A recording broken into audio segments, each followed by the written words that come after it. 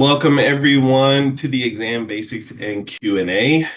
My name is Sean Menifee, and we're going to give it about 2 minutes to let everyone get in that will be joining, and then we will get started. In the meantime, if you want to drop where you are from as far as your jurisdiction or your state and where you are in the testing process, we'd love to see your answers. And please utilize the Q&A for any questions or comments that you would like to make throughout the webinar.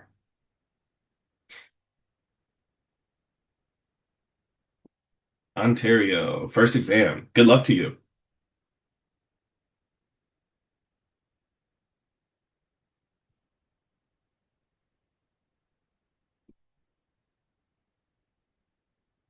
Denver, California, a couple of first time takers. About to take the first exam. I like to see it. Good luck to all of you guys. Awesome. And just as a reminder, please use the Q&A feature. That'll be a little bit easier for us to kind of stay on top of questions and everything like that. So if you could please use the Q&A, that would be great. Florida here.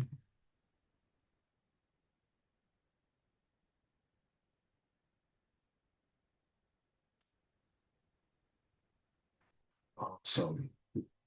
Awesome. Awesome. One more to go. Yes, awesome. Good luck. All goes well. Just beginning the exam process. So it seems like we have a lot of first-time test takers, and that's great. I hope your experience is well, and I wish you the best of luck. It looks like we have a couple of people that are going to be actually finishing up. All right, so we are 2 minutes past the hour. I'm going to go ahead and get started. My name is Sean Menifee, and I am the Record Service Senior Coordinator here at CLARB. I help with everything related to CLARB Council records, licensure. I work as well with the exam writing committee, and so a couple different hats here. I also have my colleague Lindsay Mitchlick on the call. She is going to be here to answer questions in the chat and also answer questions when they come when it comes time for it to be live. I typically do about half of the slides and then I'll stop and ask any questions or answer any questions that come up through the Q&A or the comment section. And then we get through the rest of the webinar and I will finish with a Q&A at the end. So as questions do come up, please feel free to use that Q&A feature. We will answer them as we can, and then also when we stop for questions, I'll answer any of them that pop up. And please, if we do happen to miss your questions at any point in time through the Q&A, always feel free to reach out to us either via phone or email, and we'll be happy to answer any questions that you have. Just as a reminder, this session will be recorded and will be available after we are done with the webinar. It usually takes about a week before we upload it, but maybe before the holidays, we'll have it out a little bit quicker. And again, as I've already stated, please use that Q&A feature to ask any questions that you have. Again, my name is Sean Menifee. I'm the Record Service Senior Coordinator here, and I have my colleague Lindsay Mitchlick on the call as well. She also handles anything related to exam taking, licensure requirements, applications, so on and so forth, and then Staten Johnson as well. And so anytime that you guys need any assistance from CLARB, more than likely you're going to be working with one of the three of us. And we're just going to go ahead and dive straight in it. So the LARE, LARE, registration, accommodations, and scoring.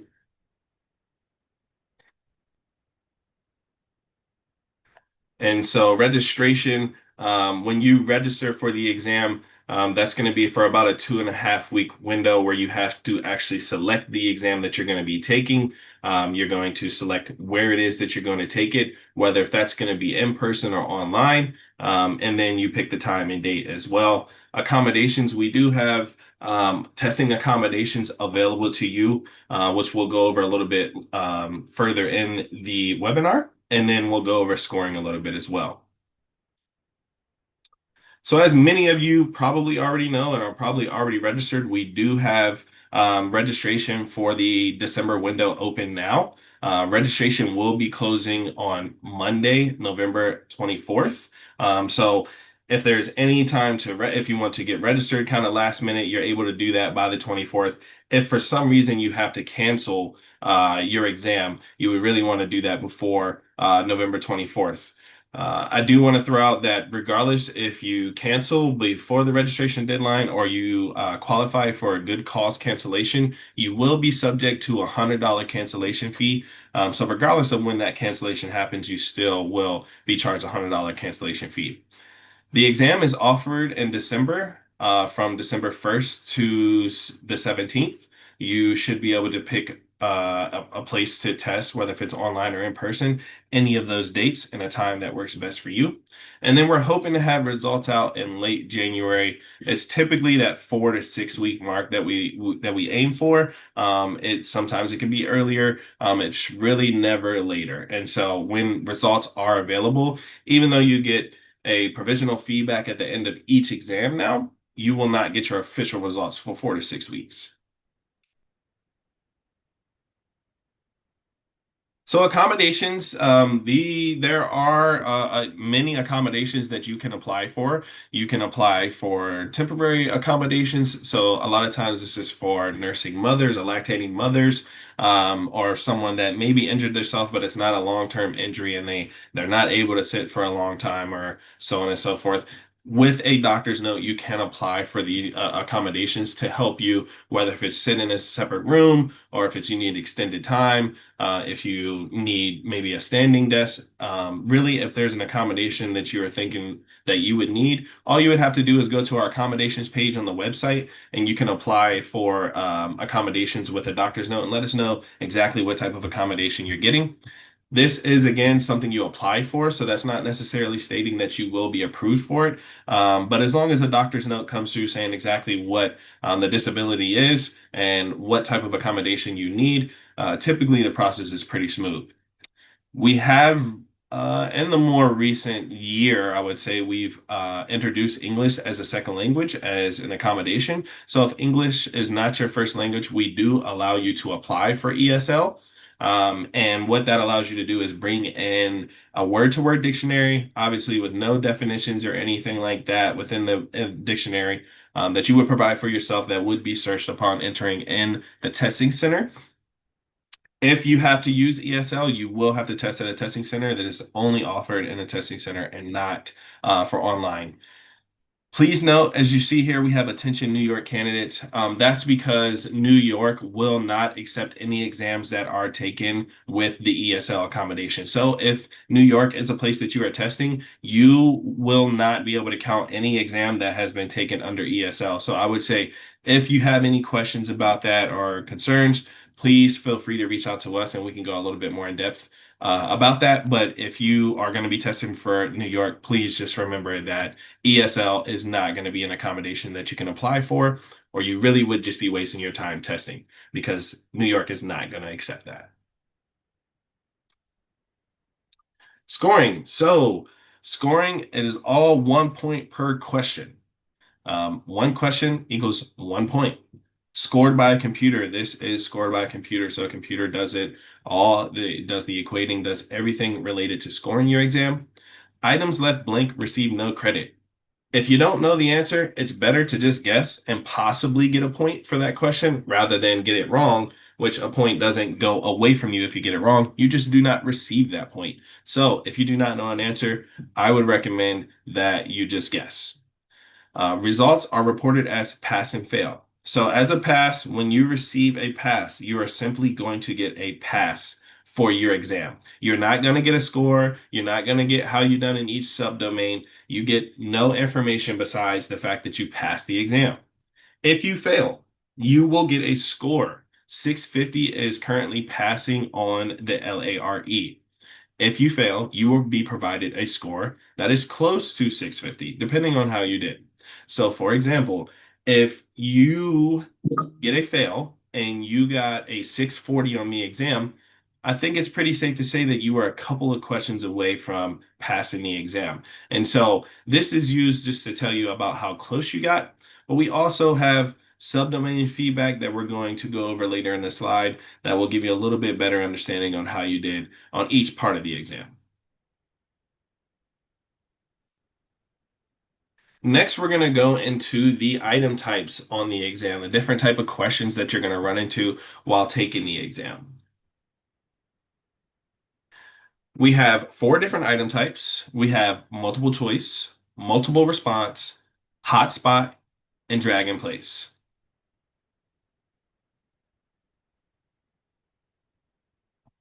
First, we're going to start off with multiple choice. So this is really kind of your standard question that you're going to be answering. So for example, this says, what is the main responsibility of a landscape architect under contract with a client? There is only one answer for this question. When you select an answer, that question or that answer is going to be highlighted, or it's going to show that that dot is shaded in. If that answer is no longer the answer you want to go with and you would like to select another answer, you simply click on the other answer and that dot will move from your previous answer to your new answer. It will only allow you to select one answer at a time.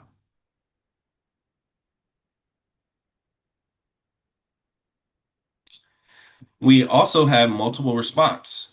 So, for example, this question says a licensed landscape architect may seal and sign drawings that have been prepared in which of the following circumstances? Choose two that apply. So, for instance, in this one, you will be able to select more than one answer.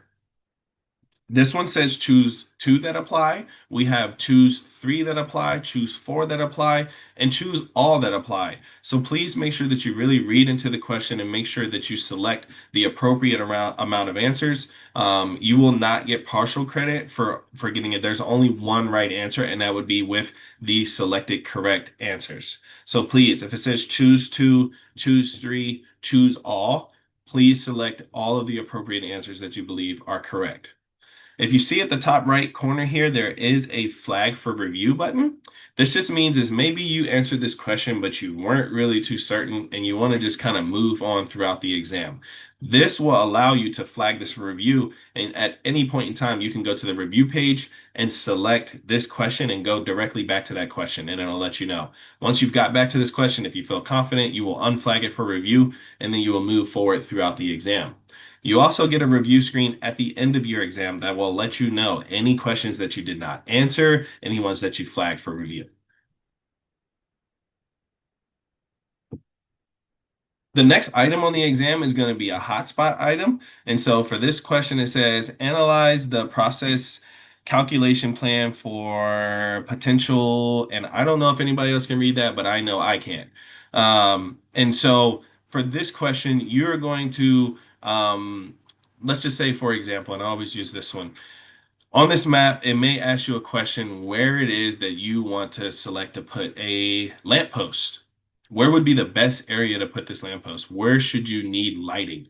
You will simply go over the location that you believe is the correct answer, and you will click right there on that answer. When you do that, a red X will appear. This is how you answer the question, and this is you answering the question. If you don't believe that that's where it should go and you want to move it, you simply just click on a different part of the screen or different part of the map, and that X will appear there. You will never see multiple X's on the screen in red that indicate your answer. It is only going to be the last place that you clicked that was on the map or on the question. And then the last items or the last type of item that you're going to run into for the exam is going to be a drag in place. And so for this one, you will see for the drag in place, there are your answers or your keys in the left box. And what you are going to do is you're going to click and hold on to that box and you're going to move it over into the appropriate box near the arrows. So you will click onto it, drag it over to where you believe it needs to be, and let go of your clicker, and that will allow you to place that item in the box. You don't have to put it in there perfectly. As you get pretty close to putting that into the question, as long as you let go, it will automatically go into that box for you. And then obviously you can move those boxes or you can move those questions around within those boxes. So you can either remove them all the way off of the question, or you can move it to one box to another box.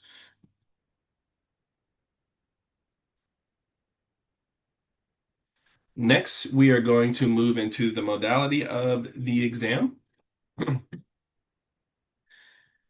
So you can test at a PSI brick and mortar center. So when you are testing at a PSI center in person, you are welcome to any of the accommodations that we offer as long as they are approved. Certain accommodations can only be done in person. Most accommodations are going to require you to be in person, but there are a few accommodations that allow you to test from your home. Physical or digital whiteboard and calculator. This is something that we have rolled out here for some time now. We have also made PSI aware that if a physical whiteboard is not available, that you will be allowed paper and pencil. And so they will know the number of sheets that they give to you, and obviously also the pencil. All of this all of these items will need to be discarded at the end of the exam, and so you will not be able to take any of that information home. Breaks are allowed, but must re-verify identity in person. So you can take a break, however many breaks that you would like. I think it's important to note that if you do take a break during the exam, you want to review all of the questions that you have already seen. The reason because once you come back from your break, you will no longer have access to those questions. And so you really want to make sure before you take a break that you are confident in the answers that you have already given, because once you come back from that break, you will not be able to access those questions. All your system needs provided. So obviously it comes with a computer, internet. You can have headphones that you would like, a mouse, and then there's an in-person proctor. So the in-person proctor will be there. There are cameras everywhere watching you while you take the exam.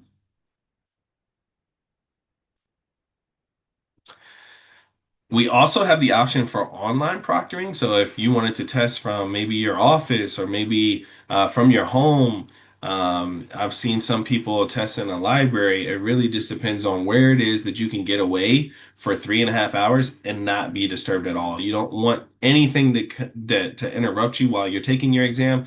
You are still being watched from an online proctor. So if for some reason they feel that you're doing something you're not supposed to do, or that you're cheating, whatever that may be, they may give you a warning or they may just terminate your exam. And so really when you're doing an online proctored exam, you really want to make sure that you can be somewhere where you are uninterrupted for about 3.5 hours to 4 hours. It's a 3 hour exam, 3.5 hour seat time. And so you really just want to pencil out 3.5 hours if you're going to test from your home to make sure that you will not be interrupted at all. As I noted earlier, there are some accommodations that are not allowed. So if it was like a personal reader, or if it was that you need to have food every so often while you're testing, certain things like that, you will have to go into a testing center. But extended time is typically really the only accommodation that you're able to get while you are testing while you're testing online. Breaks are allowed, but you must re-verify your identity. So again, it's essentially the same exact process for in-person, that if you are needing to take a break, you need to make sure that all of your questions are answered and that you feel confident in them, because at the end of that break, when you come back, you will no longer have access to those questions anymore. You cannot have a physical whiteboard or calculator while testing online. The only option that you have will be a digital calculator and whiteboard. We have a free demo exam that allows you to test the functionality of that. So if you haven't had a chance to take advantage and see exactly what that looks like, I would recommend it. You can have water in a clear glass, and then obviously you're testing from the comfort of your own home. I would always say to make sure that you have a personal computer. The problem with having a work computer is there may be certain applications that you don't have access to or that you cannot open, and therefore it will cause an issue when you go to launch your exam. So if you have a personal computer or if you have admin rights, I would make sure that that is things that you utilize, because you just don't want any more stress than what an already stressful situation is. Complete the pre-exam systems confirmation, so you can go in and actually test your system's capability right now before you get to the exam, but also it's going to do a systems capability check the day that you're going to launch your exam. Make sure you have administrator rights. You want to have strong internet. you got to make sure that with it being a live proctored exam, you have to make sure that your bandwidth is good, because you don't want anything interrupting the proctor from being able to see you testing for your exam. You will need access to a camera or microphone. This can be a camera that's on a laptop, a camera that is detached from your computer, something that allows them to see you while you're testing, but also scan the room and make sure that you don't have anything in your room that you're not supposed to. And in a private and quiet space, ideally, if you could be in a room with a shut door and uninterrupted for 3.5 hours, that would be the ideal situation. I want to also throw out that there are times where you could get a warning for, maybe looking away from the camera, or if you're reading questions out loud, things like that. So you really want to make sure that you go to the online proctoring guide that we have on the website in order to make sure that you are aware of what your space looks like, and the things that you have to do while are testing from your home. So the next section that we're going to move into is the layer blueprint. But before we do that, we're going to go ahead and stop, and I'm going to ask Lindsay to ask some questions out loud, and hopefully it helps answer some questions that everyone may have. Yeah, we had several questions about the questions on the exam and kind of how they're scored and how they work. So the first question that we had said that a lot of the LAR prep material that they've seen issues American standards and imperial units. What can they expect on a Canadian exam or when they are taking it, grading and drainage in particular, in terms of standards and units that are used? We do have this outlined in our orientation guide. It should be the same for you guys as it's going to be for anyone in America. And so I would say to reach out to us after this, and we can break it down if it does not make sense for you in the orientation guide. But it should be well laid out for you on how we use units or imperial units for the United States and America. Okay, thank you. And the next one is it said that they read that there are some issues in testing centers, and that if they have an issue, they should not leave. They should call CLARB. She's testing on a Sunday, and she's asking how she should manage if she has any issues within the testing center on a weekend. So I would say for that, a lot of the times, if there is an issue, that the proctor should be able to help you. So obviously, if it's an issue where you lose power or you lose internet, these are things that even the testing center can't control. So what you're going to do is you would just simply reach out to CLARB when something like that does happen and open up a ticket with us, letting us know that this is the location that this happened. I am letting you know that I was not able to complete my exam.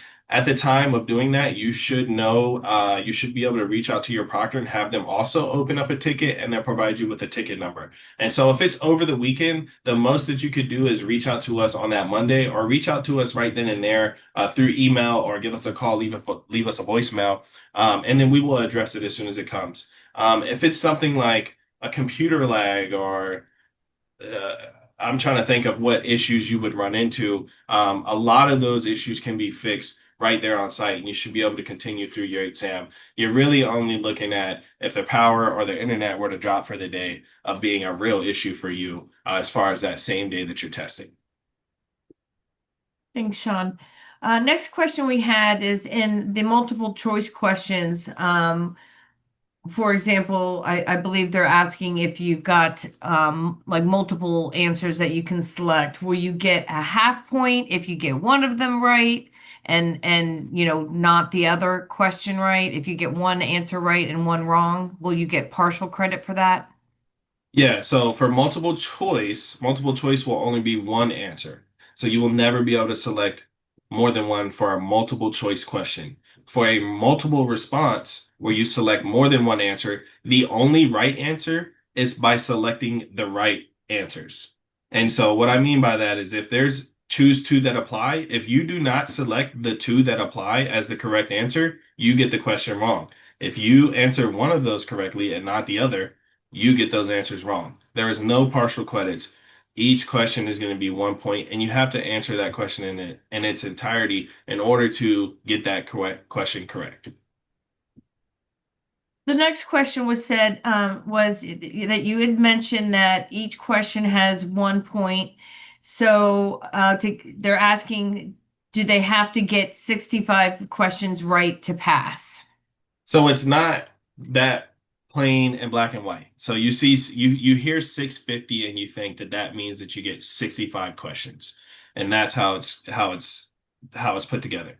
But that's not how it is. There's a scaled score that is for each question, for each exam. And so what that scaled score is, you may have a tougher exam and it only needs to be about 45 questions that need to be correct. Well, that 45 questions is your cut score, and then that is what 650 equals. And so it's not just 65 questions equals 650. There is a cut score. When that cut score is set, that may be 35 questions. That may be, obviously it's not 35, but it may be 40, 50, 60, 70 questions that are correct. However, that cut score is set, that's where your 650 mark is. So if it's 34 questions equals 650, you have to get 34 of those questions correct. So it really just depends on where the cut score is set in order to break down exactly how many questions you have to get in order to pass the exam. So it's not 65 equals 650. Hope that Thanks, Sean. answers your question. And there is information on our website, and Sean will show you a little bit more about that scale. Yeah, the orientation guide is really breaks it down in a way that everyone can read it. I know it's a lot of pages, but there's so much useful information in that. And we always push people to the orientation guide because a lot of these questions that I'm answering, you will also find that information in the orientation guide. So feel free, even after this webinar, to fully utilize the orientation guide. Okay, the next question was you were talking about the hotspot, and they wanted to kind of know how that was graded, wanted to know if it's subjective or is there like one particular answer, or is there sort of a box in which they can get that correct answer? Yeah. Yep. Great question. For that, it is not. You don't have a little tiny 1 by 1 box that you have to get that answer in. You're really going to get a nice, good size square. Obviously, if you're way beyond where that answer should be, you're going to get that wrong. You need to be within a certain diameter of the right question in order to get it. It is not simply as big as that X. Your actual hotspot is going to be a good size bigger than the X that you're putting on the page, but obviously you want to try to be as close as possible. Okay, and the last one was for the questions that are select all that apply, is it possible that none would apply? No, great question. I'm glad that you answered that. It's never going to be no answers, and it's never going to be all of the answers. So you will have to select the ones that are the correct answers. We still have choose all that apply, but we really are, as far as new questions and phasing in new questions, a lot of them are choose the appropriate or right amount of answers that. So if it's choose two, choose three, choose four, that is lined out. But there still are some questions on here that are going to say choose all that apply. It's never going to be none of the answers, nor is it going to be all of the answers. Great question. And then I've got one more question, not really related to the exam, but it's an excellent question that we get quite a bit on the front line. And someone's asking about starting exams in one jurisdiction and then having to complete exams in another jurisdiction. And they want to know which state they would end up being licensed in and how that works. Yeah, so if you're that that one's a little tricky because it really just depends on your situation as far as where it is that you're going.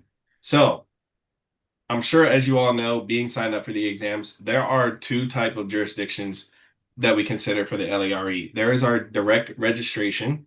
So that means if you have an accredited landscape architecture degree and you decide to test in a state that is direct registration, you do not need any years of experience, nor do you need to be approved before you start taking the exam. We have 8 or 9 states it's changed because I know Georgia just moved back to pre-approval. So I want to say it's 9 states in total that are pre-approval jurisdictions. So this means regardless of the degree that you have, the state wants you to apply to them with an application, given your education and or your experience as well, in order to make the determination if you are eligible to take the exam. If you are going from a state that is a pre-approval jurisdiction and you move to a state that is direct registration, if you have an accredited LA degree, you can continue testing without having to do any further steps. You will simply select the state that you are moving to and you will continue testing in that jurisdiction. When the time comes for you to apply for licensure, you're going to apply for the state that you're hopefully, if you're moving to that state, hopefully that's where you're pursuing licensure, and that's where you're going to apply to. You would not apply to your previous jurisdiction unless for some reason you are still doing work in that jurisdiction. In that case, you should be registered for that jurisdiction.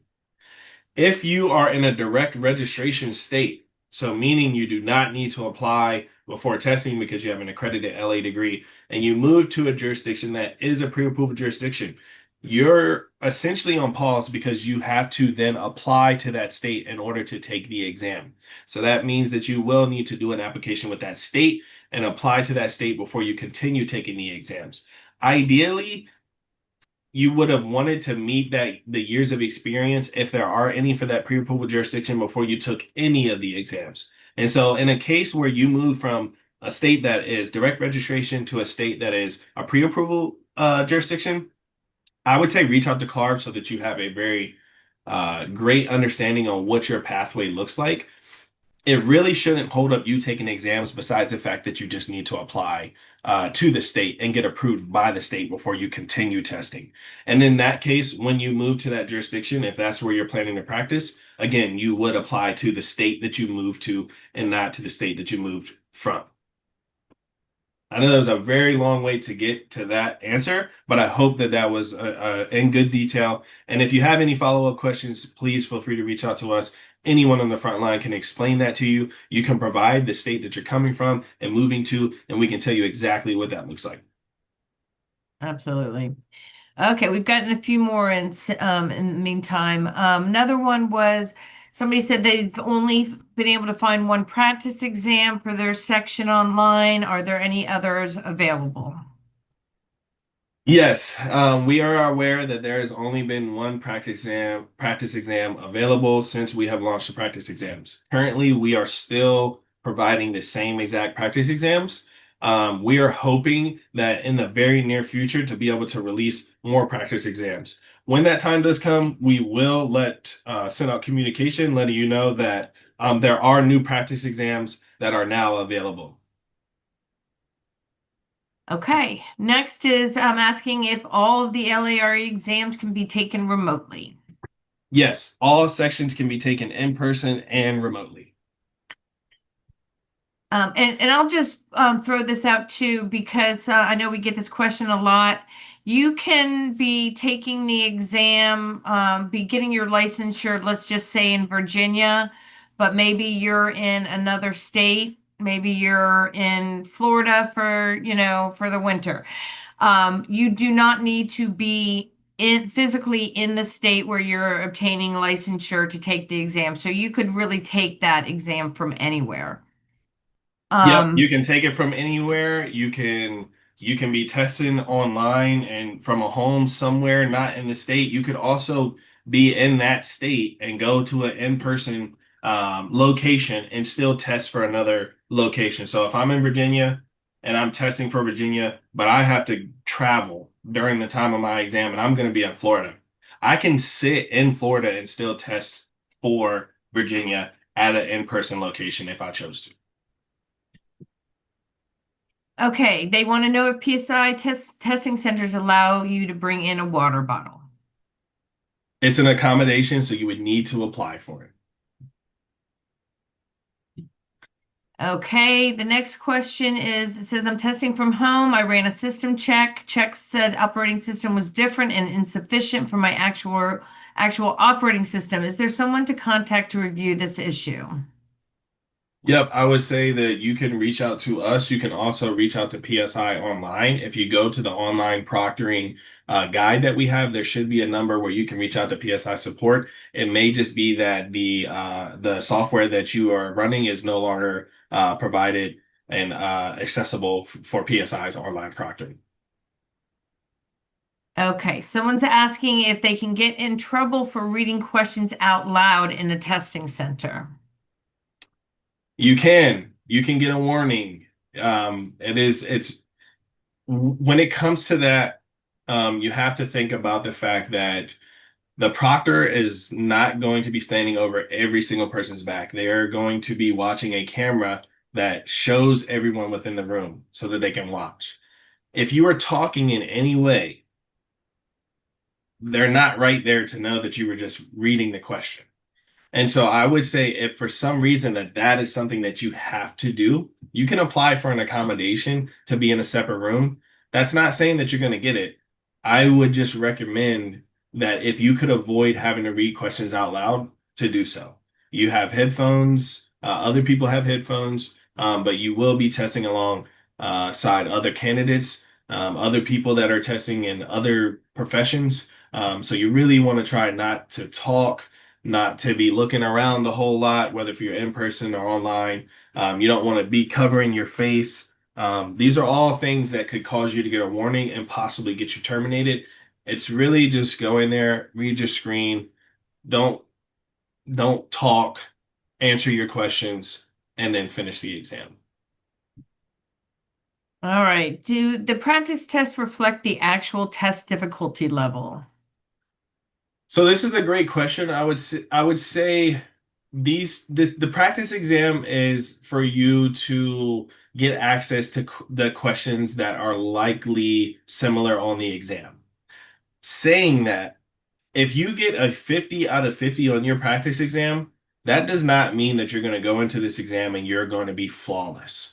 It really is to give you a chance to see the functionality, to see how questions are really laid out. The questions on the practice exam are completely relevant to landscape architecture, to what the exam looks like today. But I would use the practice exam to test your knowledge, but also just make sure that you're testing the functionality of the exam and prepare yourself for the type of questions that are going to be on the practice exam. By no means, again, does it mean if you score 50 out of 50 each time that you take that at practice exam, that that's how it's going to show up on the actual exam. There's a lot different pressures that comes with taking the actual exam. There's a lot more questions. It's a lot more time. And so it's really hard to say that you can really compare the two in that sense. Thanks. Someone is asking if you can provide the cut score for a particular section, in this case, section one. Yeah. You will not be provided the cut score. There's there's always been talks about how much information we get on the scoring and how that works. And unfortunately, in a high stakes exam, there are certain things that we cannot release to the public, and that's one of those things. So I would say we can go through one more question, and then we're going to go ahead and move through the rest of the webinar, and then we'll get to the rest of the questions at the end of the webinar. Okay, so the next question was, will the exam stop if you've reached a passing score, or will it just continue through to the rest of the exam? So the exam is never going to stop. The only time the exam is going to stop is if you end the exam and if you have ran out of time. Regardless of how it is that you scored on the exam, if you have gotten the first 60 questions right, haven't missed a question, you're still going to push through the exam. We still are looking to test you on all the content of the exam. We are looking to see how items are performing on the exam. And so at no point will it stop unless you have run out of time or you have ended your exam. Awesome. I appreciate you reading all those questions, Lindsay, and we are going to go ahead and continue moving through the webinar. Please still ask your questions. If there's questions that did not get answered, we'll make sure that we get to them at the end. But I just want to make sure that we have enough time to get through the webinar and then obviously answer any questions that we have at the end. So continuing on, we are going to go over the LARE blueprint. So what you see on the screen now are going to be the 4 sections of the exam that you're going to be taking. These are also lined out on the orientation guide. Big surprise, I'm bringing up the orientation guide again. It is a really good resource. So please, if you have not taken the chance to look at it, go ahead and do that. You have inventory and analysis and project management, which is going to be 100 items. Planning and design, which is going to be 95 items. Construction, documentation, and administration, which is going to be 100 items. And grading, drainage, and stormwater management is going to be 80 items. Yes, there are different amount of items on each one of these sections, but you still will have 3 hours to take any one of these sections. 3.5 hours, that half an hour is to get you checked in, get your ID checked, go through the pre-test application essentially to where you get to see all the different responses, how you get to mark questions to come back to, how you get to review, how you get to take breaks. So please, if you can, try to arrive about 30 minutes early of your exam so that you can get through and start your exam on time. I'm going to go ahead and move on to the next slide. So inventory and analysis and project management, as you can see, we have this lined out in different domains. So you see project management at 7%, inventory and data is 21%, stakeholder engagement 14%, physical analysis 39%, contextual analysis 19%. Those percentages mean that this is how much how much of this content makes up the exam. And so, for instance, in project management, if you miss 3 questions of the 7%, you're probably going to score pretty low in that domain, rather than in something like physical analysis. If you miss 3 or 4 questions of that domain, you're probably going to score a lot better in that. When you're looking at, and we'll go over this a little bit later in the later slides, there's going to be subdomain feedback that we provide to you. And in that subdomain feedback, when you get it, it's going to be subdomain 1, subdomain 2, subdomain 3, subdomain 4, subdomain 5. Really just depends on how many subdomains are within the exam. They're going to be lined up from left to right. So when you are looking at subdomain 1, you are looking at project management. Subdomain 2 is inventory and data. Subdomain 3, stakeholder engagement, so on and so forth. Again, this is lined out in your orientation guide. So I'll just leave this on the screen here for a second and we'll go ahead to the next slide.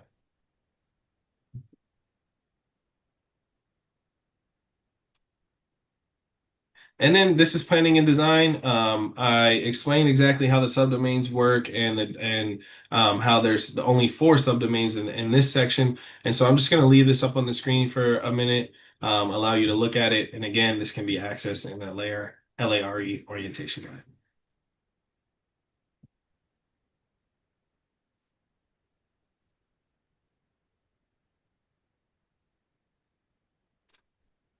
And then you have construction, documentation, and administration. As you can tell, there's only 3 subdomains in this section.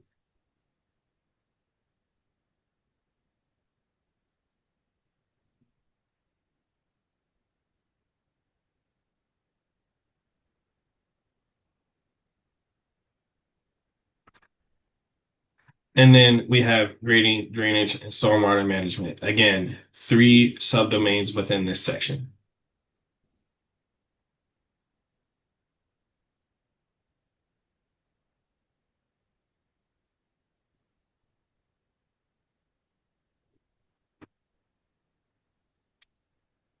All right, so next we are going to move on to resources. So preparing for the exam, what a big surprise. Here we are with the LARE orientation guide again. Please take the time before testing to get familiar with the orientation guide. Really breaks down exactly how the exam operates, how it's scored, the different domains within it. There's has been questions come about the practice exams. The practice exams are going to be $25 a piece. You have a year to do all 3 attempts. And then the free demo exam. Again, the free demo exam is really to go over the functionality of the exam and it's not going to be questions related to the LA. And so it's just going to allow you to drag and drop questions. It's going to allow you to select hotspots. It's going to allow you to choose all that apply or a multiple choice question. It's going to allow you to take a break. It is going to allow you to review questions. It is really to just go over the functionality of the exam. CLARB does have a recommended reading list. So you can find this on the website. We have, it looks like 5 books for each section. These are the books that your fellow LAs are using in order to create questions that go on the exam. And so I would say if you could get one, if not multiple of these books in order to study, that would be great. There are books that you can rent from a library. There are books that maybe your office has that you can borrow. A lot of times friends get together and one gets one book, another gets another book, and they have a study group. And so really, you can utilize the recommended resources as a tool for you to prepare for the exam.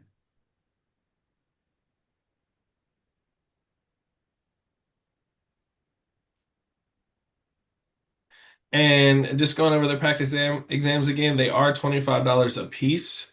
$25 will buy you 3 attempts, and you have, again, a year to complete all 3 of those attempts. It does provide rationale and explain the correct answers. So at the end of the exam, it will let you know exactly why the question was wrong and what the correct answer was and why it is the right answer. Um, I would say that as a rule of thumb, CLARB recommends that you take the first one really without any preparation, just going into it blind and seeing exactly how you do. And then you can go back in and you can study, prepare, do whatever it is you need to do to attempt to take the exam again. I recommend give yourself some time so it's not just taking the exam and then a week later you take the same exam. That's really not going to tell you how well you're doing as far as the information. Printed results for questions for at-home review. No pass or fail provided. It's just how many questions you got right and how many questions you got wrong. And then we did publish those in September of 2023 with hopes to release new practice exams in the very near future.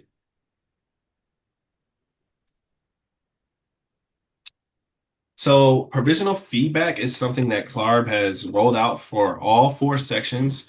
There was a time where we had to just do one section and then we added another section. So 2 sections, added another section. So we did that within a span of a year and a couple of months where we released provisional feedback. What this means is at the end of your exam, when you have submitted your exam, if you've run out of time, ended the exam, whatever it may be, you will be provided a provisional feedback. That provisional feedback will be likely to pass or likely to fail. It is highly unlikely that your pass is going to change to a fail or your fail is going to change to a pass. So I would say when you get that provisional feedback, you should assume that that is going to be your score, an official score, when it comes out in 4 to 6 weeks. If you have any questions about provisional feedback, feel free to reach out to CLARB. If for some reason you did not get provisional feedback at the end of the exam, please just let us know and we can track down that information for you. But then again, you can see my manager, Emily Boxty, when she took the exam, and she was likely to fail. I also took this exam and I was also likely to fail. And so if you get likely to pass, obviously that is in good spirits. And you should look for that to be what your score is going to be when they come out officially in 4 to 6 weeks after the exam. Earlier we got into scoring. So again, it is on a scaled score. So 650 being passing. What happens is a cut score committee, they take the exam and they determine what they see as minimal competency to pass the exam. So they are going to say that you need to pass this many questions in order to count it as a pass. If they set that score at 60 questions, that is where the cut score would be at 650. So you will need to get 60 questions right. If it is set lower than that or higher than that, you will need to get at least that many questions correct in order to get it. Again, with them being 1 point, it does not equal up to 650, and 65 would not be passing. It's going to be wherever that cut score is put and how close you get to that cut score. So if the cut score is at 47 and you get 45, 44, you're probably going to see a score of like 630, 635, 640. So it really just depends on where that cut score is set at. Subdomain feedback. So we went over this a little bit earlier, but as you can see for grading and drainage, they only had 3 subdomains. And so you're going to get the date of your exam. You're going to get the exam section. You're going to get that you failed or passed. Obviously, if you pass, you're not going to get a score. You're not going to get subdomain feedback.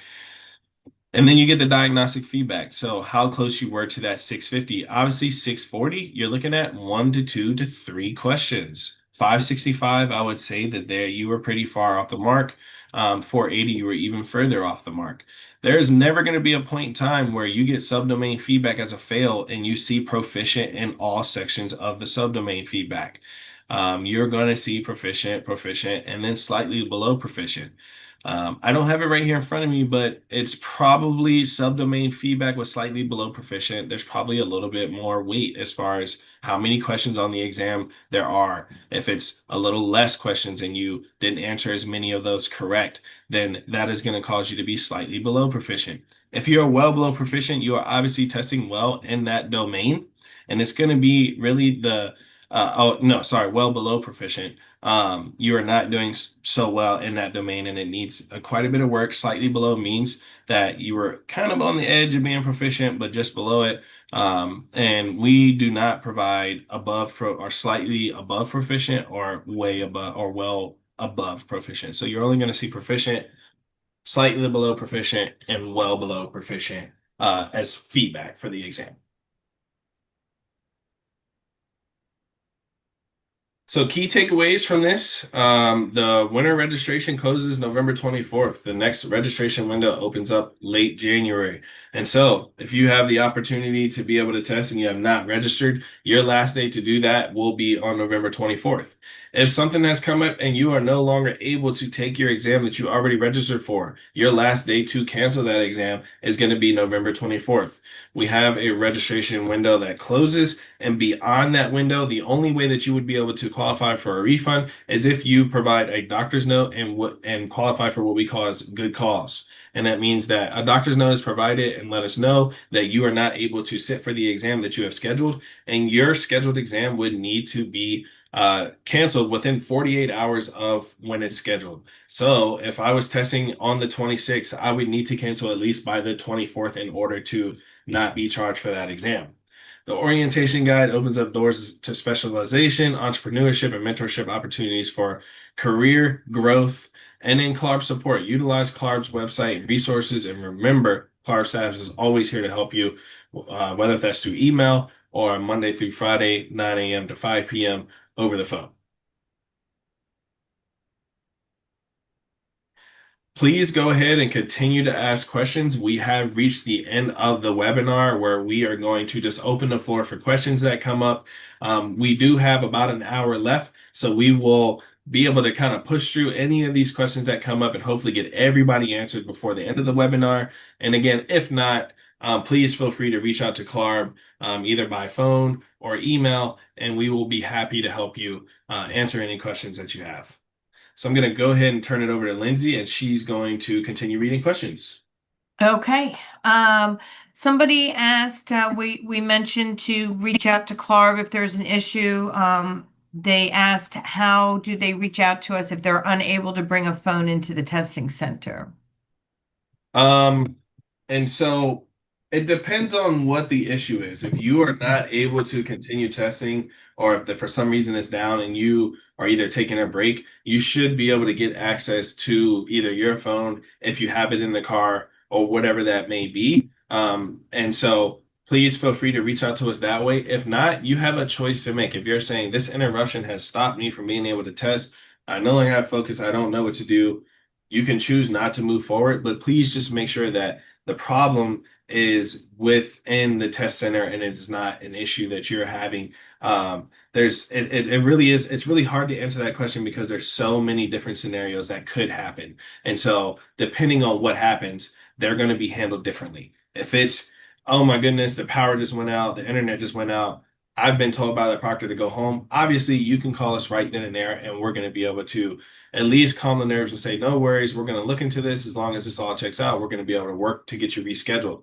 If it is something like you have to move from one computer to the other because of some incident that happened, as long as that can be figured out within the exam time and with the proctor, you don't necessarily need to reach out to CLARB in order to continue testing. You can, however, reach out to CLARB afterwards and let us know, hey, we ran into this issue, while we were testing. I want to make sure that I make note of it. And so there's many different scenarios on how you would or when you would actually reach out to CLARB. Okay, somebody asked again about the water bottles and understanding that they're need to bring have accommodations to have water bottles there. They're asking if there are any means of getting water while they're there, like on their breaks. Can they purchase water? Are there water fountains? Are there any other ways of getting water on their breaks? Yep, so most locations should have water fountains. Some of these locations are not actually just a PSI testing center location. It may be like a room or a conference center or something like that where PSI rents that out. And so it really depends on the location. Either way, you should have access to water in some means, whether if it's like you left a water in your car, or if there's a vending machine in the area, or if it's a water fountain available. So there shouldn't really ever be a time that you go to a test center and water is not available to you. Okay. We've got some questions, a few questions here about concerns about online proctoring and whether or not they've got the correct compatibility and where do they go to make sure that they're checking everything, that everything is set up properly. And if not, is there anything available to them, to anybody to speak to, that they can kind of work with somebody to make sure that they've got what they need? So when it comes to that one's kind of tough because like if you don't have the systems in place in order to test from home, you just can't do that. It's not in the picture. You have to make sure that you have the correct equipment, make sure that you have the correct internet in order to be able to test from home. If you don't have that, you cannot test from your home. CLARB does not provide computers for you. We will not provide equipment, things like that. It's really about you knowing your equipment and making sure that your equipment is correct. When you go onto our website, there is a portion that aligns out the online proctoring and which systems are capable of providing online proctoring, what type of exam or what type of computer that you have in order to support the online proctoring. And so all of this is a resource for you on the website that you can prepare for ahead of time. You can go in there and look. You have access to it right now. You can run a systems capability check right now and check. And if it says that your systems aren't good, you can reach out to PSI support, but there's not really much we can do about your system not being compatible for the exam. It really is having the correct equipment and knowing that you have the appropriate equipment in order to take the exam. If you have further questions than that, you can reach out to CLARB and we can, we'll figure out how that conversation goes. But it really is, it's tough if you don't have the right equipment. You're not going to be able to test from home, and we cannot change what systems are capable of testing from your house. Like that is they're set by PSI, and if you have it, you can test. If you do not have it, you're not able to test. Somebody else asked about, is concerned about getting all the accommodations set up and asked how to do that. What I will do is I will drop in this chat, if they'll give me just a couple minutes, I'll drop the link to our page online that has all the information for accommodation. So if you go to that page, you'll be able to just read the instructions. You'll have to send an email with an attachment from your treating physician. So Yeah. all the information is on our website. I'll drop that link in this chat here for you in just a moment. Yeah. Thank you for doing that, Lindsay. Yeah. And thank you, Ava, for also making that comment. And when you do go onto the accommodations page, we are asking that you have your accommodations submitted at least 30 days before the admin starts. So if you're applying for an accommodation today, we can't guarantee that your accommodation is going to be approved by the time the window opens. We really want it to be 30 days before the admin starts. So please, please, if you need an accommodation, give yourself that amount of time, because if you're not giving that amount of time, you may not get that accommodation for this window, and you may miss the window if you can't test without that accommodation. And so really make sure that you remember that it's going to be at least 30 days out. That's not saying that it's going to be answered within, at 29 days, 30 days, but it's giving Clark staff enough time to be able to process the accommodation request, because we do have quite a few that come in. Also, another note, when you get a letter from a physician, it is important that you note the disability and then also the accommodation that you're applying for. If you send us a note and that accommodation says this person has ADHD or dyslexia, please fulfill their requests of their accommodation. We need more information than that. That's going to create a back and forth between CLARB and whoever's applying, or maybe back and forth through you and your physician. You really want to lay out what the disability is and what accommodation you are needing because of that disability. It is also, if it is a temporary accommodation, please make sure that is noted as well, because we do go in and remove accommodations like lactating moms, obviously, do not need that accommodation for the rest of their time that they're testing, but only the time that they are pregnant and having to lactate, or not pregnant, but maybe they are having a pump, whatever it is that lactating moms have to do. And so please make it very black and white on what the disability is and then what the accommodation you need is because of that disability. Thanks, Sean. I've got a couple questions here. People are asking about the timing of the exams. Do they have to take all the sections in 1 year to get licensure? Somebody's asking if they start in December of 2025, does that have to be completed by December of 2026? Yeah, yeah. So, no, that is not how the exam operates. CLARB itself does not have a ticking time clock on when you need to complete the exams. You can move through one exam per admin. You can take two per admin, four per admin if you wanted to. You could take as many as you want and simply move through the exam as quickly or as slow as you want. What I will say that majority to all states do not have a ticking time clock. If you are concerned about a ticking time clock, I would recommend reaching out to your state. With that being said, even though CLARB does not have a ticking time clock, we do something called a JTA. It's a job task analysis. And what we do is we send out a survey to all practicing landscape architects, and we ask the questions, what does LA look like today in your eyes? Is this still relevant? Is there new information that's come out that needs to now be on the exam? If we do come back through from that JTA that happens within 5 to 7 years, and we get information, there is a chance that that could cause change to the exam. So back in when we were introduced the new practice exams, we also wrote out a new blueprint. When that new blueprint was rolled out, it was because of the results from the JTA. We had to pull content from one exam in order to put it on another exam. Because of that, you needed to have passed both of those exams in the old format in order to get credit for them in the new exams. And so there could be a time where if a JTA rolls out and there's changes that come to the exam, you may have to take one more exam, or you may have to take multiple exams in order to get credit for one exam. We could move from 4 sections to 6 sections. We could move from 4 sections to 3 sections. It really just depends on the results that we get from that survey. I would say a safe bet for anyone testing is within a 5 year range. If you start testing, you should try to complete the exams within a 5 year time frame.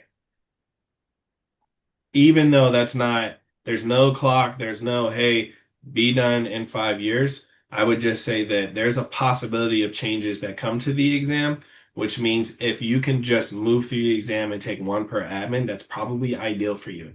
Things happen. If you had to take one in December of 2025 and you could not pick up again until December of or January, April of 2027, that's completely fine. You're not going to lose that section unless There's a reason that a change comes to the exam, and you have to have a combination of exams in order to keep credit for the exams that you already passed. So it was a very long way of answering your question, but there is technically no ticking time clock on how fast you move through the exam or how slow you go through the exam. Okay, thank you. Let's see. We've got a couple questions about the PSI testing centers again. One about whether or not the PSI testing centers have lockers where people can store their belongings, and also asking if they've got if they provide writing instruments, which kind of goes back to the whiteboards. Yep. Yeah. So most to all, as long as it is a PSI location, will have a locker. I would say, regardless of how you're traveling, take in the least amount of stuff as possible. You take it in your ID. Cool. If you can leave a cell phone in your car and turn it off, cool. If you bring it into the PSI testing center, they're going to have a locker where you can lock it up, but you will have to shut it off. And so I would take the least amount of items into the exam as possible, but they will have a place for you to store them. If they don't have a locker, they may give you a clear bag, and you're going to put all of that stuff in your bag, and it's going to hang on the back of your chair. You are not going to obviously ever touch that bag unless you're going to take a break or you're going out of the exam testing site. And so most of them will have lockers, but either way, they will have a place for you to store any type of items that you bring. Obviously, some people take an Uber to the test center, some people take the train. And if you ride in your car, I would say leave everything in your car. Everything but your ID in your car. If you have on long sleeves and pants and stuff like that, they will wand you down. They will make sure that you have nothing hid under your sleeves. They really do a good job on making sure that you don't bring anything into the testing center in order to cheat or cause any type of disruptions within the exam. As far as the writing utensils, it is not going to just be provided for you. If you want a physical whiteboard or calculator, if you want a paper or pencil, you have to ask for these items. They are not automatically going to be given to you upon going into the testing center. There should be a note in the system that says any individual that has taken the LARE has access to this information. And so please, if that is something that you want, you will need to request it upon entering the exam. But yes, you do have access to that. Okay. Someone is asking which exam are most people tending to pass on the first try? Um, Well, we have our pass rates on the Exactly. website. We have our pass rates. As far as passing on their first time, that is not data that we make public, or maybe not even data that we run as of yet. And maybe we do run it, but maybe it's a part of our DOS survey. So we are doing the determinants of success survey, or we have completed it. We are just figuring out a way to actually release that survey out to you guys where it is actually helpful for you. And so we had plans to release that information today. We did get delayed on it because we want to make sure that we are providing the best information that we can in regards to the results of that survey. I would say that you're going to look at the pass rates online and you're going to see which exam people are having the most success in. I would say if you were going to start based off percentages, and to me, it looks like that your planning and design and inventory and analysis has the highest pass rates. However, you take the exam that you feel the most confident in. It does not matter what the pass rates say. It does not matter where someone else is starting. It does not matter if you take one exam or you take four exams.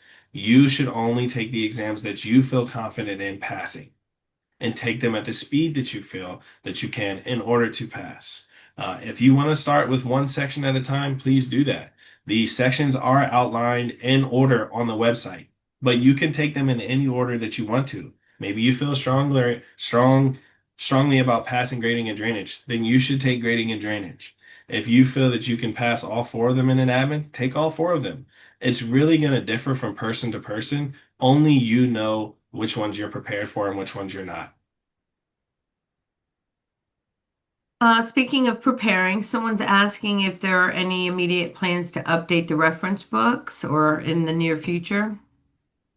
Right now, everything is relevant. All those books have relevant information on the exam. If there comes a point in time where we do have to update the recommended reading, we will send out notification and make sure that everyone knows. I really don't see that happening unless we have like a blueprint change or maybe after our next JTA. But as of right now, the question has been asked and it also has been answered saying that as of right now, all the books on the recommended reading are still relevant to today's world of landscape architecture. We are aware that there is a book that is either harder to get or no longer in print, and we still are working on being able to either provide that as an online resource or replacing that book. But as of right now, everything on the recommended reading list is still very relevant to the LARE today. Okay, and so we had somebody asking if we have, and understanding that this may be subjective to each person, asking if we have recommendations for how to prepare or how to study. Do we recommend saying, is 2 to 3 weeks to prepare, not enough time, or is there, amount of time that we think is too much time to start preparing? So that is a question that we asked in the DOS survey, and we are going to work on getting that information out. And again, that is subjective. And so most people may answer that they studied 2 to 3 weeks out, a month out, 3 months out. I think it just goes back to you know yourself. And as you're preparing and as you've prepared for any other exam that you've ever taken in your life, ask yourself like where you felt that you got the most success as far as getting prepared. Did you use the right resources? Did you take Clark's practice exams? Did you access the orientation guide? Did you use books from the recommended reading list? Do you study better in groups or are you alone? And when you study better, that's such a hard question to answer because not one single person is the same in how they prepare and what it takes for them to get ready for a high stakes exam. And so, you could study and study and study and then show up to the exam and completely forget everything that you've studied or how you prepared. And so it really all comes down to who you are as a person, how you prepare, and being ready to take the exam. Someone's asking if we know when the next job task analysis is expected. So we did one before the change in 2023. So if you're looking at 5 to 7, I would say anywhere from 2028 to 2030 is what you're looking at. And again, we could run this job task analysis and it comes back with the same exact results, and there is no change at all to the LARE. But there could also be the latter where we could have a big change in the LARE. And so it really just depends on where landscape architects goes. Obviously, we have AI that is coming into this world that we know, and AI could be a big, big part and changes to the exam and how you do things in landscape architecture. And so, maybe this next JTA isn't going to cause a big change, but maybe the one after that could cause a big change. And so we really are gonna, push out that survey when the time is appropriate. But I wouldn't really worry too much about a big change coming to the next after the next JTA. We've got a few questions that, asking if we can just spend a little bit more time talking about the subdomains and wondering whether or not if they've passed a few of them and not another one, how that affects them, or do they have to pass each one of the subdomains in order to pass? Just a little bit more information on that, if you can go back to that. Yeah, of course. And so first I want to let's pull up. We got grading and drainage. They got three different subdomains. So let's go back to grading and drainage. So you have three subdomains within this exam. 39% of that is stormwater management. Grading and earthwork is 44%. And then drainage system is going to be 17%. So the way that I look at this is if you're looking at grading and earthwork as 44% of the exam, you have more room for error within this portion of the subdomain because it makes up more of the exam. And so missing a couple more questions in grading and earthwork is going to impact your score a little less than missing a couple questions in drainage systems, which is 17% of the exam. That means that there's only a few questions of that exam of that portion of the subdomain in the exam. So if you miss a couple of those questions, it's going to obviously, you're going to probably be slightly below proficient in that or well below proficient if you're missing more questions in that section of the exam. Grading in earthwork for 44%, you have some more wiggle room. You can miss more questions in that exam. When it comes to the subdomain feedback, please remember that if you have failed the exam in those three subdomains, you are not going to have proficient in all three of those subdomains. You will have slightly below or well below proficient in one of those. If you had proficient in all of the sections of the subdomains, you would have passed. You would not get a failing score. There's not going to be a time where you see proficient in all of them. And so the point of this is if you see slightly below proficient, we're letting you know that you are really close to doing really well on that portion of the exam. If you see well below proficient, that is where you need to focus your area of study. We're looking at this as saying, as subdomain one, you got well below proficient. You really need to look at those different bullets within that domain and say, I need to focus my areas of study. I need to work on this. I need to really focus on how I'm going to prepare and dive a little bit deeper into that domain. And so you're never going to see proficient with all of them. If you have slightly below proficient in all of them, again, your score is going to really reflect that. So again, you see on the first line item, grading, drainage, and stormwater management, you scored a 640. You got proficient, proficient, and slightly below proficient. It shows in the score that you were very close. If you move down to the next one, you got proficient in one of the categories. And then you got well below proficient in one and slightly below in the others. And so even though it's slightly below, you still want to use that area in order to focus your studies. But obviously, you're going to pinpoint more of your studies in the well below proficient because that is telling you you did not do well in that subdomain and it needs a good bit of work in order to get that domain up to proficient.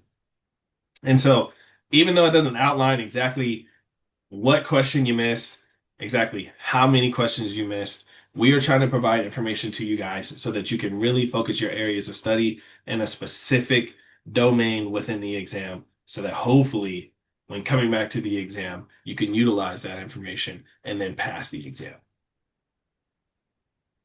Thanks, Sean. I did answer this online, but I just want to make sure that I answer it for anybody who is curious. A couple people asked about the timing of our administrations. We do administer the exam 3 times a year currently, December, April, and August. So if you're trying to plan out those future exams, those are the times that you're going to be looking at. I thought we had a slide on here that outlined that, but maybe we only had just this window. Let's see. No, it looks like it. Yeah.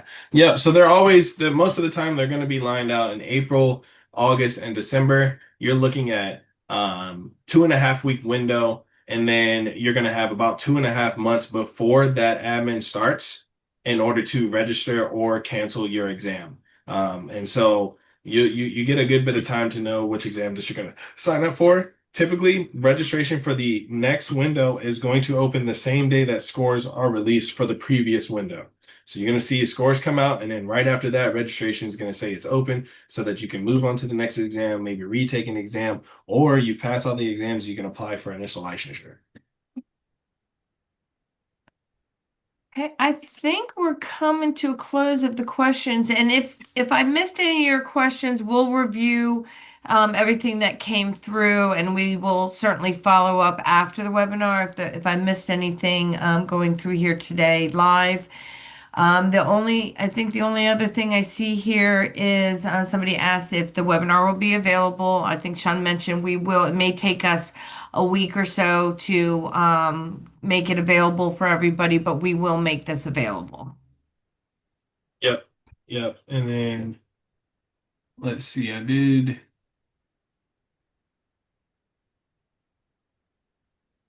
do see some questions in just the comment section. So it says, are there code of ethics questions on all sections of the exam? I would say check out the orientation guide, as well as which sections have will climate change and biodiversity guide be tested in? Again, this is laid out in the orientation guide. And so please take a look at that. There was one thing is I just want to confirm that the way the test is set up, you need to pass each subsection in order to pass the full exam. Yes. For example, if you pass three quarters, as in you get 100% of the three subsections, you would not pass the whole exam, even if you got the majority of subsections correct. But if you pass all four or all sections of the subsections, and if you don't get all the questions right in each section, you would still pass the exam. So yes, if you get proficient in all subsections, you have passed the exam. If you get slightly below in one of those sections, you will fail the exam.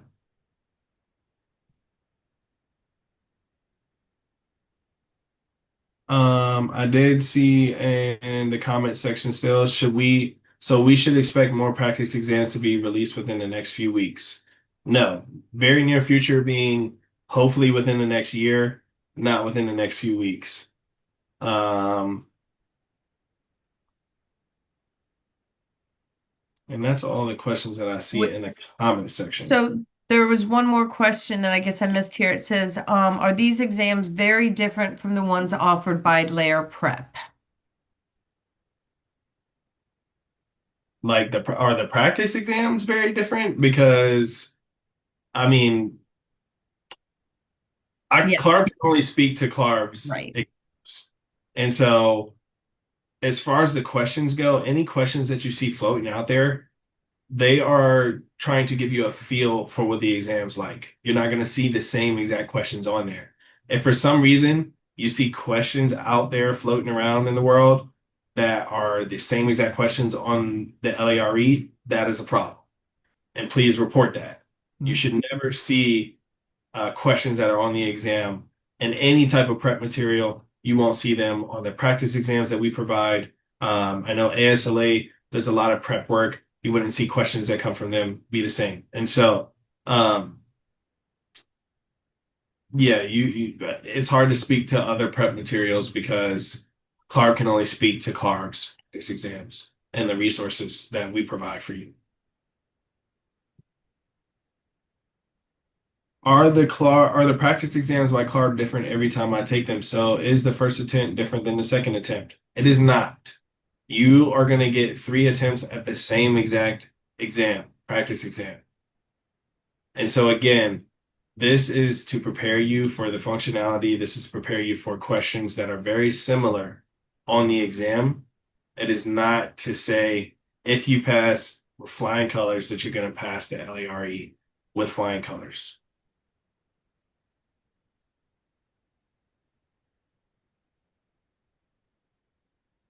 Um, I'm not sure which ones. There's a question that says, what is NCARB for licensing across other states?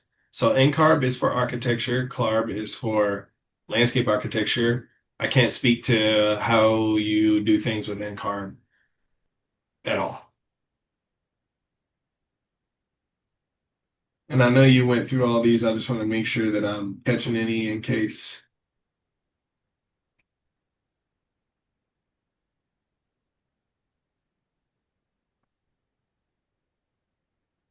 Can you not get all stormwater management wrong, but all grading correct and still pass? No, because you need to be proficient in all areas of the exam and not just a certain section of the exam. If you get slightly below or well below proficient in any portion of the exam, you will fail. You will need to be proficient in all subsections.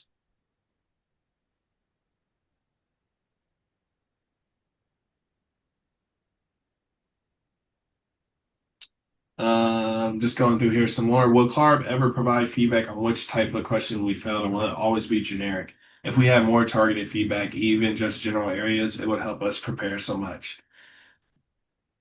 In a short answer, no. CLARB is not going to pinpoint the exact questions that you missed. This is a high stakes exam. We are providing as much information that we can to candidates without compromising the exam.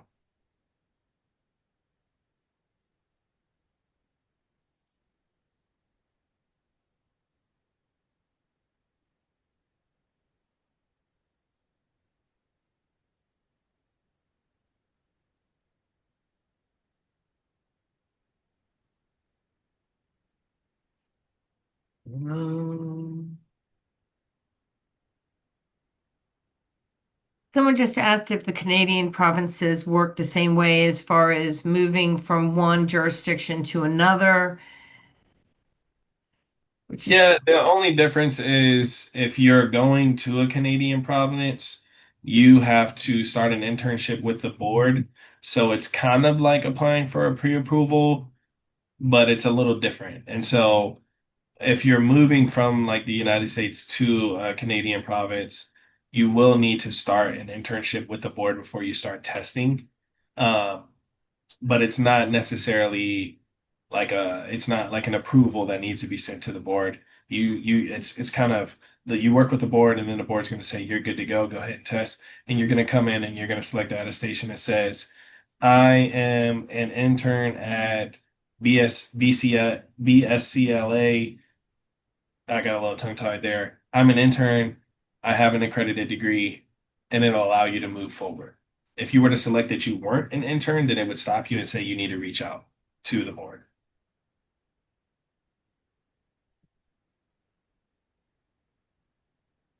And I think, they asked about how, a little bit about how the exam is created, asked if it's used, prepared using AI. no, AI is very scary, in my opinion. And so when it comes to the high stakes exam, AI is not creating the exam. I am a staff liaison for the exam writing committee that comes together 2 times a year in order to create this exam for you guys. So it is going to be 32 licensed landscape architects with many years of experience that come together, 8 people per section, and they create every question that you see on this exam. The graphics, the questions, the answers, the hotspots, the drag and drops. They create this from their brain and from the recommended reading that they have on the website. And so this is going to be your fellow LAs that are asking and answering these questions. When we go to the exam committee meeting, they are going over your comments. They are seeing how questions are testing. They are making sure that this exam is fair, and that the minimal competent candidate has the option to be able to pass the exam. And so when you're thinking about prep material, the recommended reading resources, we're pulling information directly from those books in order to put questions on the exam. They're not the only thing involved as far as computers is when you test and then also your scoring of the exam. All of the other part of creating the exam is done completely by fellow LAs that you work side every day.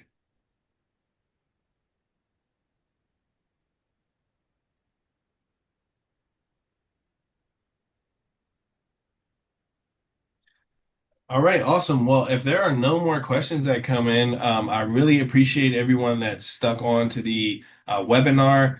It has been great to be able to hold these. We hold these once before each admin. So you will have access to something like this before each admin to ask the questions or hear answers to questions that you may not have known that you needed to ask. We also do Path to Licensures twice a year, which is going to be essentially the same webinar, except but we help prepare you for what it looks like to actually apply for licensure beyond just taking the exam. And so those are great webinars to be a part of as well. You can also see previous webinars like this exam basics or a path to licensure presentation on our website. This recording will also be available to you guys after this. We're going to hope to get it out before Thanksgiving break, but if not, it will be shortly after the Thanksgiving break that you will have access to this. Um, and that's going to wrap us up for the day. So, again, I really appreciate you guys, and I hope that everyone has a great Thanksgiving.